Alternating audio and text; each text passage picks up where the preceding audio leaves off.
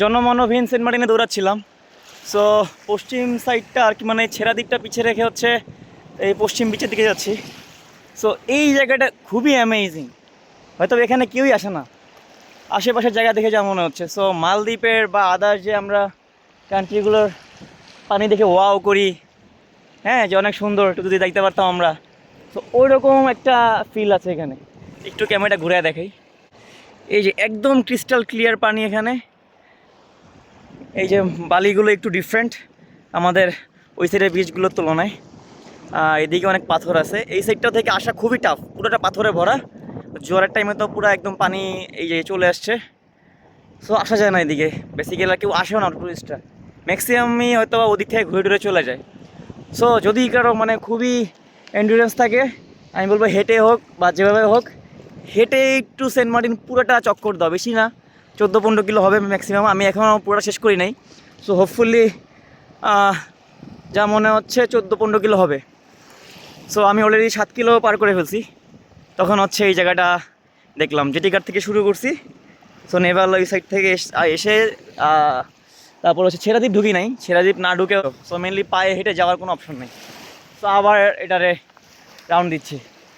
So খুব ভালো লাগতেছে, একা নিরিবিলি, মানে কোনো মানুষ নাই। আর ট্যুরিস্ট তো চলে গেছে গতকালকে সবাই, আজকে যাচ্ছিল তাও দুপুরের বা সকালের দিকে ট্রলারে করে সব নিয়ে গেছে। এই তো নাইস। ম্যারাথনের প্র্যাকটিসের জন্য সেন্ট মার্টিনে দৌড়াচ্ছিলাম। সো ভাবলাম পুরো সেন্ট মার্টিনটা একবার দৌড়ায় কাভার করি, পুরোটা দেখা হয়ে যাবে। সো নর্মালি হচ্ছে ছেড়া দিয়ে এখন জোয়ারের জন্য যাওয়া যাচ্ছে না, আর এমনিও কোস্টগার্ড কর্তৃক নিষিদ্ধ মনে হয়।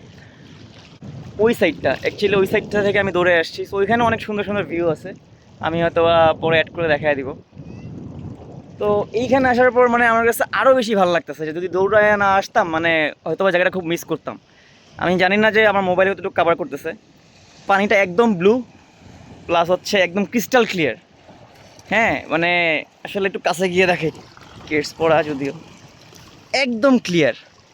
হ্যাঁ, আর এই সাইডটাও একটু কেমন জানি একটু ফরেন ফরেন ভাব আছে। আর মানুষ যেহেতু কম আসে, সো পলিউশনটা অনেক কম ওই সব বিচের তুলনায় নর্মালি। আর এখানে একটু মানে আর্টিফিশিয়ালের তুলনায় প্রাকৃতিকের ছোঁয়াটা একটু বেশি। সো সেন্ট মার্টিন আসলে ট্যুরিস্ট চলে গেছে গতকালকে সবাই, আজকে ফেব্রুয়ারির 1 তারিখ। সো বলতে গেলে আউটসাইডার হিসেবে আমি একাই আছি কোনো একটা বিশেষ কারণে। তো ভাবলাম ঠিক আছে একটু অ্যাডভান্টেজ নিই, কেমন জনশূন্য ফাঁকা সেন্ট মার্টিন দেখতে লাগে। সো দৌড়াচ্ছিলাম, বাট আমার মনে হচ্ছে ওই সাইডে 5 কিলো আসার পর খুব টায়ার্ড লাগতেছিল গরমে, আর তারপরে একা তো একটু কেমন কেমন লাগতেছিল। ভাবলাম না, সাহস করে চলে যাই। আসলে মনে হয় খুব ভালো একটা ডিসিশন নিচ্ছি, নাহলে এই সৌন্দর্যটা আসলে দেখা হইতো না কখনোই। নর্মালি তো আমরা ওই সাইড থেকে এসে চলে যাই, এই যে আমরা হচ্ছে ওই সাইডগুলো থেকে ঘুরে ওখান থেকে বিদায় হয়ে যাই। আমার মনে হয় যারা টাকা খরচ করে এত কষ্ট করে দেখতে আসি, একটু কষ্ট হইলেও হেঁটে একটু পুরোটা কাভার করা উচিত। কারণ এখানে কোনো গাড়ি ঘোড়া আসবে না, মানে এইরকম অবস্থা। সো হেঁটেই আসতে হবে। সো কষ্ট হবে, পানি নিয়ে আসবেন, স্যালাইন বা খাবার টাবার একটা ছোটো একটা ব্যাগে কাঁধে করে নিয়ে হাঁটবেন, গল্প করবেন, বসবেন, ছবি তুলবেন। সো আই হোপ তখন হচ্ছে সেন্ট মার্টিনে আসল সৌন্দর্যটা এক্সপ্লোর করতে পারবেন, মজা পাবেন। আর মানুষ তো আর বছর বছর আসে না, আর অনেকে আছে যে বছরে সাগর ঘুরতে আসে, সেন্ট মার্টিন কক্সবাজার ঘুরে যায়। তো জিনিসগুলো আসলে,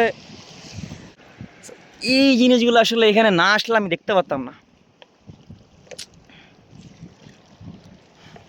সো এইটাই, এই সৌন্দর্যটা দেখার জন্য হইলে আমার মনে হয় একটু হেঁটে সেন্ট মার্টিন এক্সপ্লোর করা উচিত।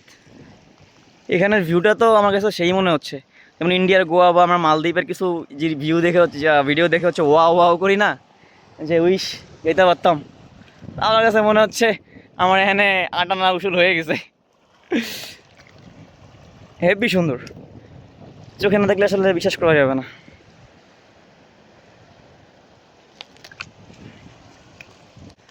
হোপফুলি নেক্সট টাইম যদি আমার ফ্রেন্ড সার্কেলের মধ্যে থেকে কেউ আসে বা যারা আমার ভিডিওগুলো দেখতেছে, আমি আশা করব অ্যাটলিস্ট হেঁটে হচ্ছে মানুষ যাতে, বা যারা আসবে তারা যাতে এই সাইডটা একটু এক্সপ্লোর করে। অনেক সুন্দর, অনেক, এই যে ওয়াও ওয়াও।